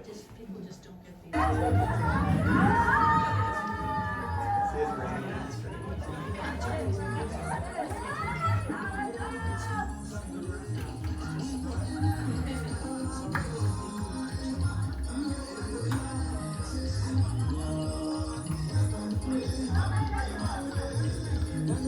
Oh, and the kids during this point were all over us. Like they wanted to like climb up, and they wanted us to like spin them around and stuff like that. And Tapiwa got on like Sam's shoulders at some point, and he was like walking him around. It was really fun. Wow. So you and Baird, Sam, and Keontae went birding really early one morning, and check out these rocks. Wow. Isn't that amazing? How'd they get up there? That's a great question. There's just these rock formations out there that were like so cool. There's also like crystals, like quartz and stuff, just like all over the ground. It was really cool. I brought Just some like, home with me. yeah, we're just like, oh, this is so pretty. Nice. So So didn't somebody get absconded at Baird's one rock got taken Ah. at the at Heathrow? no, it was in Harare. ah, It was going through security. Apparently, you're not allowed to export minerals from Zimbabwe. I got away with they mine, didn't though. catch ours. Yeah, though. they didn't catch everyone, so they only caught Baird. Yeah. So we stayed there for 2 nights as well, and it was such a cool experience. We all learned Yeah. so much. Too quick, right? Everything's Yeah. It was so quick. Yeah, I wish we could have stayed there longer. So that was Ubuntu. Yeah. Anyone have any thoughts or questions about? Did you see a baobab tree? We didn't. No. No. They're not that common in the areas we're at. Is this me? I think it's kind of all of us, so go Yeah, ahead. always. Okay. So I know it's kind of getting long here. Oh gosh, it's 10 to 5. It's okay. Is it? We're all fascinated. Okay. I'm glad. We all know I'm the boss, so. We wanted to share a little bit about life at the house because it was easy. Like it was great. We had running water and hot water and electricity because we had electricity because they have a generator because the power is always going out in Zimbabwe, and people without generators are without power, even in the nice parts of the suburbs. So we had a good living. We had a nice pool, and I don't think I had this planned, but I thought we're going to be home for Christmas Day. We're there over Christmas, and we're there on New Year's Day. And I said, let's have a party. Let's bring all our friends to the house, The Airbnb house. to the Airbnb house in Harare. So we're back in Harare, and that's what we did. We threw a couple parties, and it was amazing. It was awesome. They didn't make you sign saying you wouldn't have a party there? Well, so the owner, I did have some stress related to that. Because we were out in the rural areas and we were like, we're gonna have a party on New Year's Day, come. Yeah. It was like 30, 40 people. And I told the owner and she said, my permit's only up to 30. So I actually had to disinvite some people. But it turned out, we'll work that out in the future. But good point, yes. Get permission beforehand or figure it out beforehand. But that was part of the experience, just winging it. So we had, so this is just a little bit of hanging out at night, playing what we know, playing what we're learning, sharing with each other. Yeah, so in downtime that we had in the morning or in the evening when we got back, we would play music and practice, and I think a lot of us either hadn't played Hosho before or were really rusty, so she would just play and we would practice with her and we would learn new songs. Caleb got to learn some Nyunga songs from Chi before we left. So we just got to workshop our musical skills in our downtime, which was so awesome. Really expand on the breadth of what Yeah. you know. So many people We learned learn singing, singing, dancing. dancing. Yeah. Someone in Kelvin gave you a lesson? Or Yeah, Kelvin did for Calvin's sure. a big part of it here. This, I think, was New Year's Day Yes. party. Yes. Yeah, big crowd. There's Esther and Munya. I guess just Janice knows, and Marilyn. A few of you know. They came for that party with the kids. We played marimba. This was Christmas Day. There's Kelvin right in the middle. There's the chef on the right. She came out to watch. She's like, she was one of those I never played traditional music because they were raised Catholic. And to see Westerners playing marimba music in Embera really kind of opened her eyes, and she hopped on the marimba and played. And she was dancing It was really with cool. us. She was dancing. Yeah. Awesome. Is the person in the back there? Which one is it? That's That's a friend. Oh, with the red. She's up in the right here with the hat. Yeah. In the back is another musician that I met last year. Spacing on his name. Anyways, he's came with a friend and hung out with us Christmas Day. Kelvin said it was the best Christmas of his life. Aww. Because we had a barbecue and the cooks cooked chicken and sausages, and it was this huge spread, and he never has meat on Christmas Day, and so it was super special. And he got to go swimming. He was super happy. And then on New Year's Day, I had Bueller's family come. There's Oscar and Natalie and Shalom. I think that's Ebenezer. And then Godfrey is a half sibling. Another nice kid. So Godfrey, this kid on the right, same thing. He didn't do well on his tests, and that was 3 years ago. And he hasn't worked. He can't get a job. He wants to work. So I gave him money to go back to school. I mean, he can't get ahead. $150. so that he can go back and maybe pass his tests and get a Did you job. say you gave him that funding so he could get back to school and try to pass his Yes, tests? so he's gonna Oh. take a tutoring program. He doesn't have to go back to school, but he's gonna get retutored so that he can do better on the exams and pass. Yeah. So Barry, you said they can't get a job. What kind of job would you get if you passed the O-levels? Working at Chicken Inn, right? Working, But yet, not necessarily professional level jobs. the other woman could get a mechanic job without the O-levels. She's gonna get a training training, yeah, certification, yeah. Absolutely. It was fate when they find out what we're getting paid here at the Stas and Joy. Calvin's family.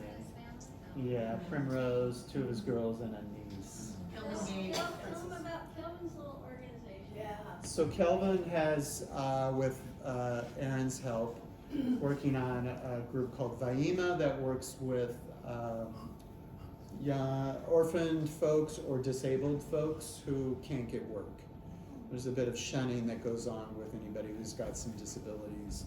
And so he's trying to train them to build marimbas and to build mbiras. He's built this most industrious guy.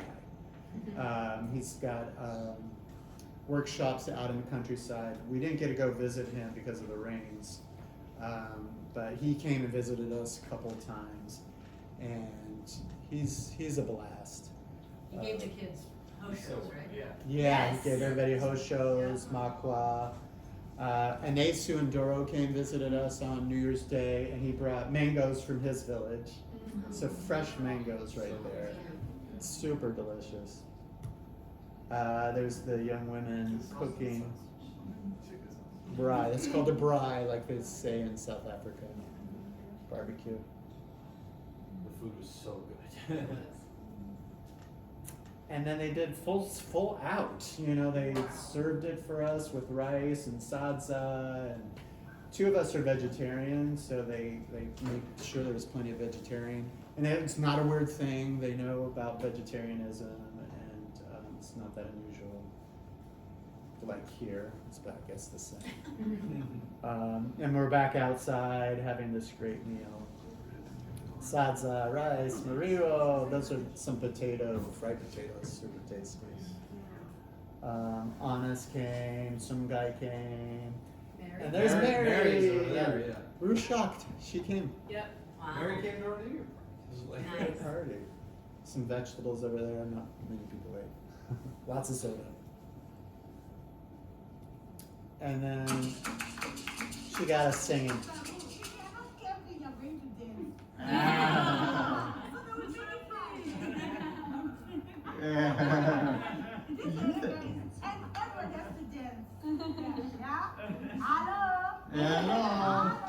Hello.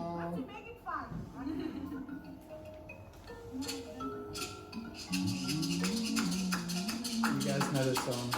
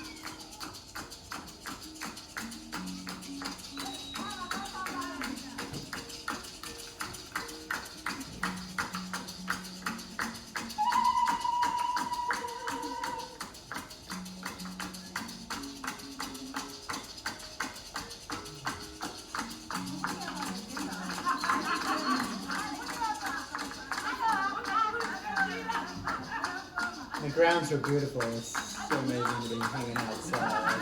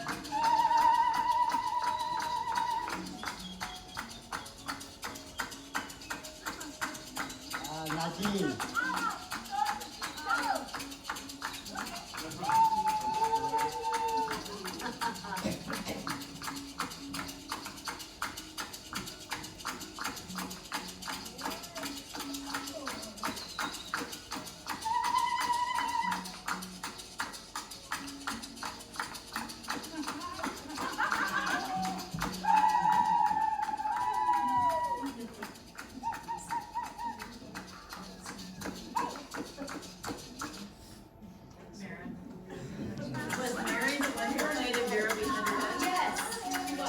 Not sure why I have a double. There's a Nesu. Yeah. Lots of Kutsinhira shirts. That's right. That's awesome. So we met Nesu because he went to school at Reed College in Portland, just coincidentally. And so we've stayed friends. I visited him last time. He works at a place called the USAP School, which is high-performing young people in the secondary levels who they're training to go to universities in America. That's their goal. And he's a teacher there, but he's also bringing these traditional music to those students there. He's doing a really cool upscaling program too, where he recycling program where he's building instruments out of discarded stuff, and like repurposing it because instruments can be really expensive to make, there. So it's another accessibility thing that's I think really awesome. Is there something you wanted to mention about this? No, I just thought it was cute.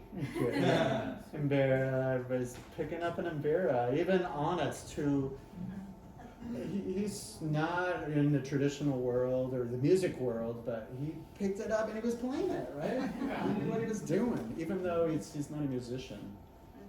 Way back, he used to play, I guess, or had some experience.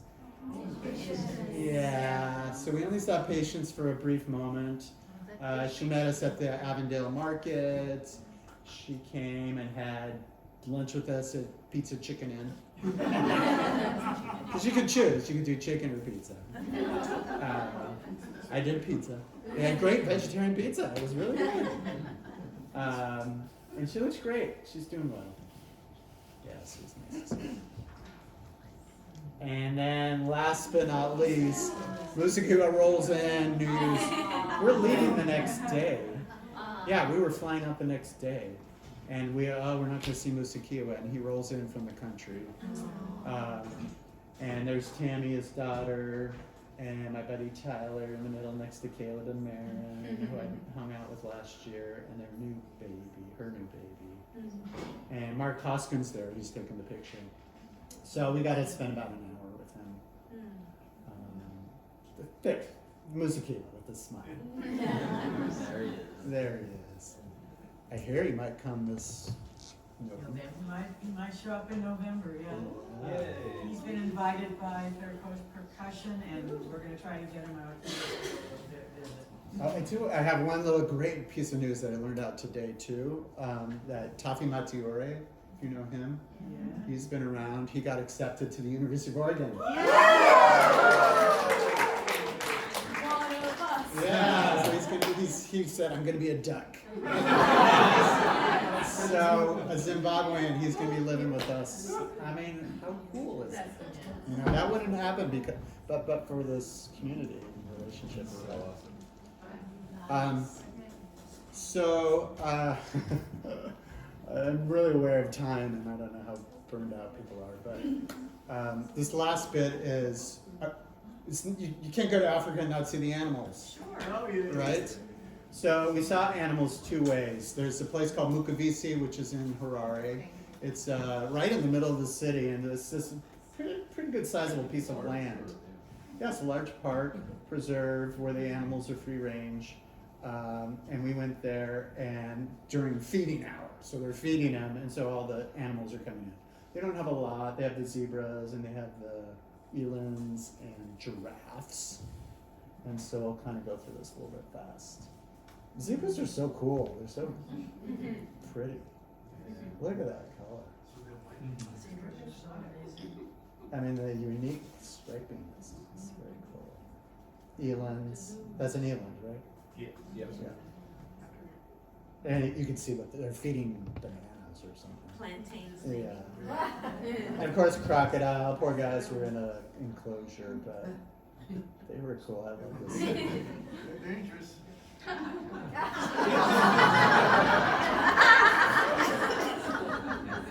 That's hilarious. I love that. Yeah, that was awesome.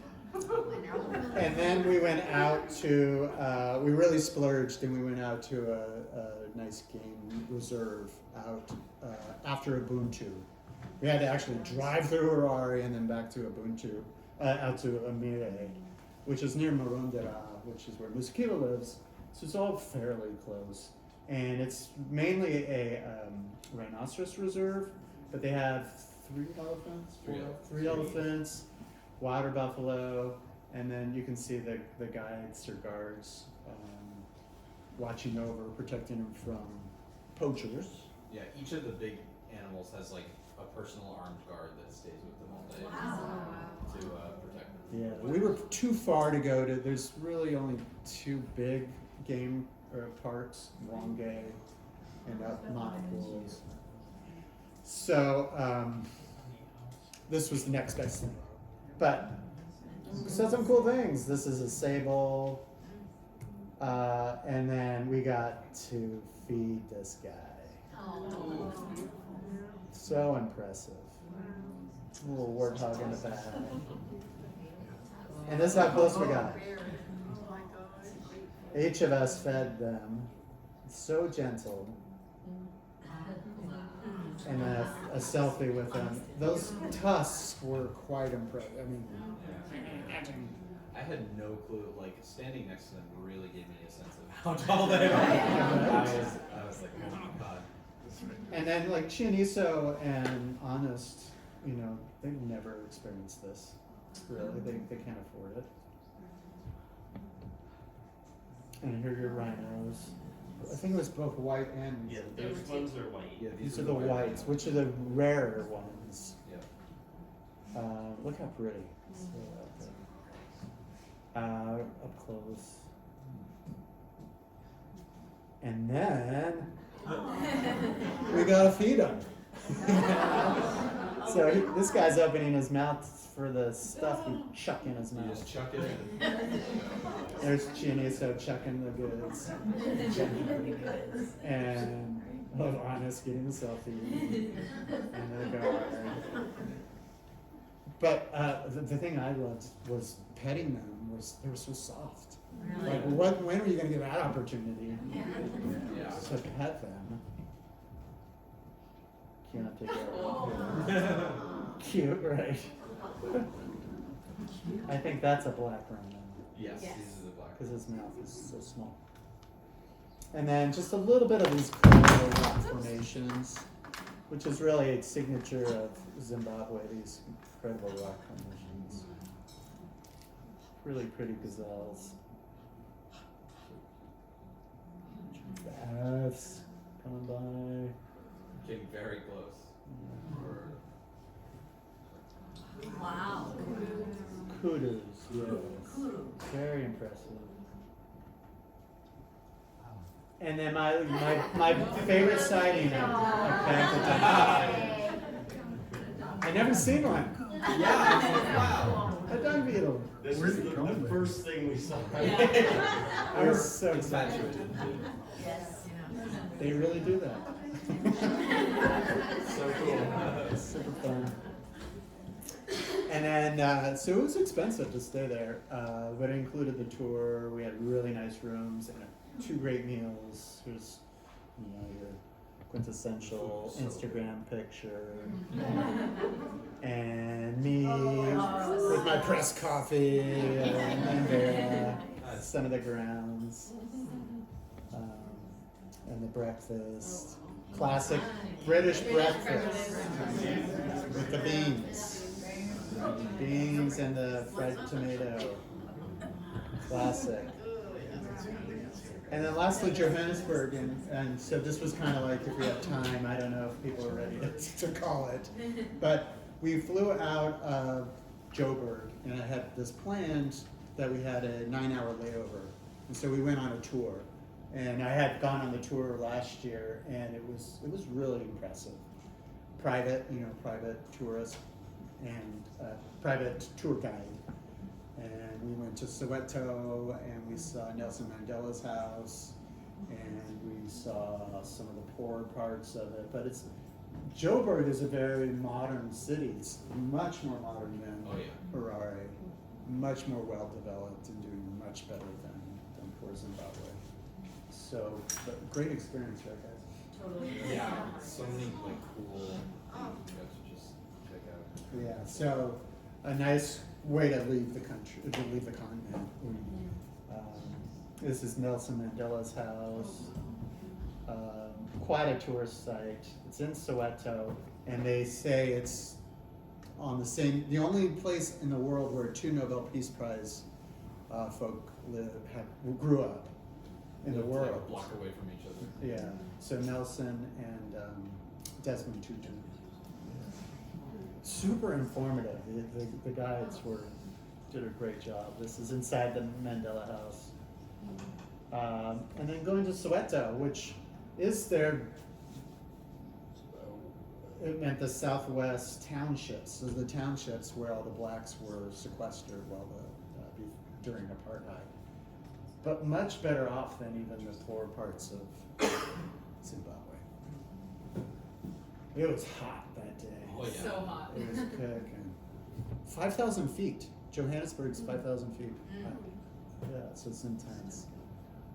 So we got a little tour of the shanty part of it, which, I don't know, maybe you guys can speak to that process. Yeah, so this was like so there's like 3 stages of like, I guess, living quality. There's like the lower, middle, and upper, and we got to drive through or walk through all of those.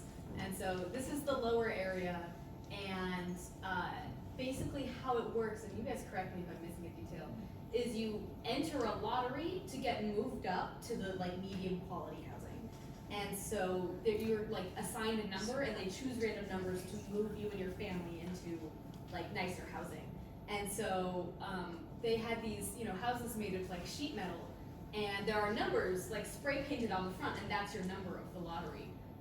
So that was You cool. actually apply. You fill apply. out a form, and then you are given the number. It's not like you're pulled. Like they eventually will get a home. They will supposedly eventually get a home. Yeah, for it everyone. takes a Yeah. really long time, but like once you own the home, you actually own the home. Like, Yes. completely, fully. You don't have to pay anything. The land is yours. And you can be waiting for one of these houses for like 20 years. 20 years. Yeah. But it's a service. I mean, it's free. Right. Unlike anywhere else. There's, So you can That's see the the number. number through. Yeah. and there's no insulation. Those roofs were hot. Just metal roofs.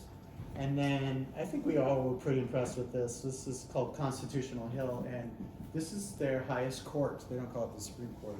The Constitution. Constitutional Court. It is the highest court in the land, and we're walking inside of it and just hanging out. They want it to be open. And were these all the ethnicities? I can't remember. There's all the languages. All the languages, right? So there are 27 languages that are recognized. This was something they had constitutional court written on a sign to the left of this. Right. In every language. This was something else. Oh, okay. I forget what exactly, but But it's there's like 27 little phrases. Yeah. But it was just so nice to see that they wanted to include every possible ethnicity in their country, and they made a point of it because they were starting from scratch in 1990, right? They were starting their new country in 1990. Just a picture of their flag, hand embroidered flag. And embroidered. Also, for how close we got, those chairs you saw there were the chairs of the justices. Yeah. This is the Supreme Court. Yeah, very contemporary, built in 1990. Very impressive.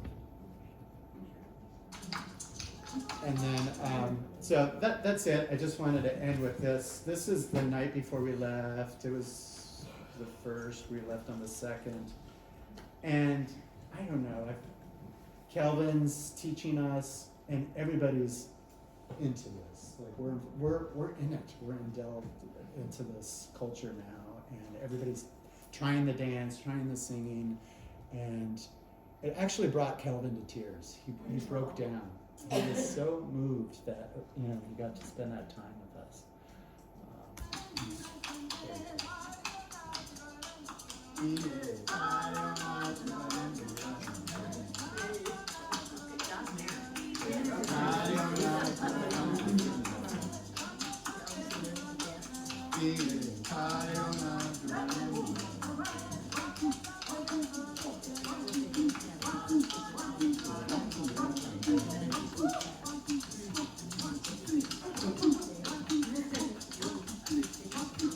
That is really tiring, by the way. Monday. Look at the guys. Felix. Yeah, nobody had like any fear, I think, about, or nervousness about this by the end. It was so cool. I don't see anybody using a phone. Except The phones are down. Oh, right.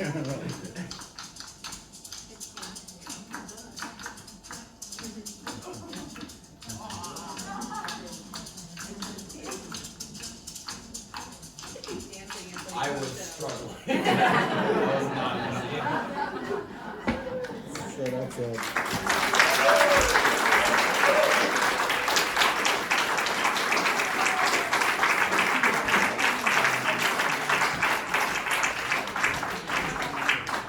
Yeah, just incredible, those connections we made, and I hope that inspired some of you guys to go there.